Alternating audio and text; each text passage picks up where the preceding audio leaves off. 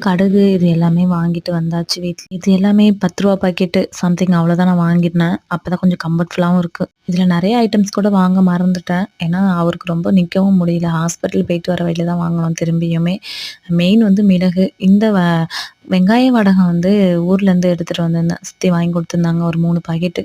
ரொம்பவும் நல்லா வாசனையா இருந்துச்சு. இங்க மேக்ஸிமம் கோயம்புத்தூர் இதெல்லாம் கெடைக்காது. நான் வந்து பூண்டு ஒரு 1 1/2 கிலோ வாங்கினேன் இது செய்யணும்னு சொல்லிட்டு. பட் எனக்கு செய்றதுக்கு நேரமும் இல்ல சுத்தமா.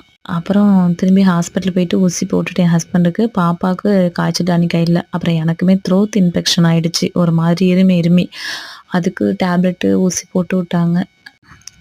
என் ஹஸ்பண்ட் வந்து வெறும் கஞ்சா குடிச்சு ஒரு மாரி இருக்கு. வெளில ஏதாவது மீன் பீஸ் சாப்பிடலாமான்னாரு. அது வேற ஏதாவது இன்ஃபெக்ஷன் ஆயிடும்னு சொல்லிட்டு, அப்புறம் 1/2 கேஜி மட்டும் மீன் எடுத்துட்டு வந்து, வீட்ல ரசம் வச்சுட்டு ஃப்ரை பண்ணி குடுத்துட்டேன். இந்த டீ வந்து கொஞ்சம் டிஃப்ரெண்டா இருக்கும். என் ஹஸ்பண்ட் கொடைக்கானல்லேருந்து வாங்கிட்டு வந்தாரு இந்த டீ தூள் இல. இதோட ரெசிபி வந்து நான் நாளைக்கு ஷேர் பண்றேன்.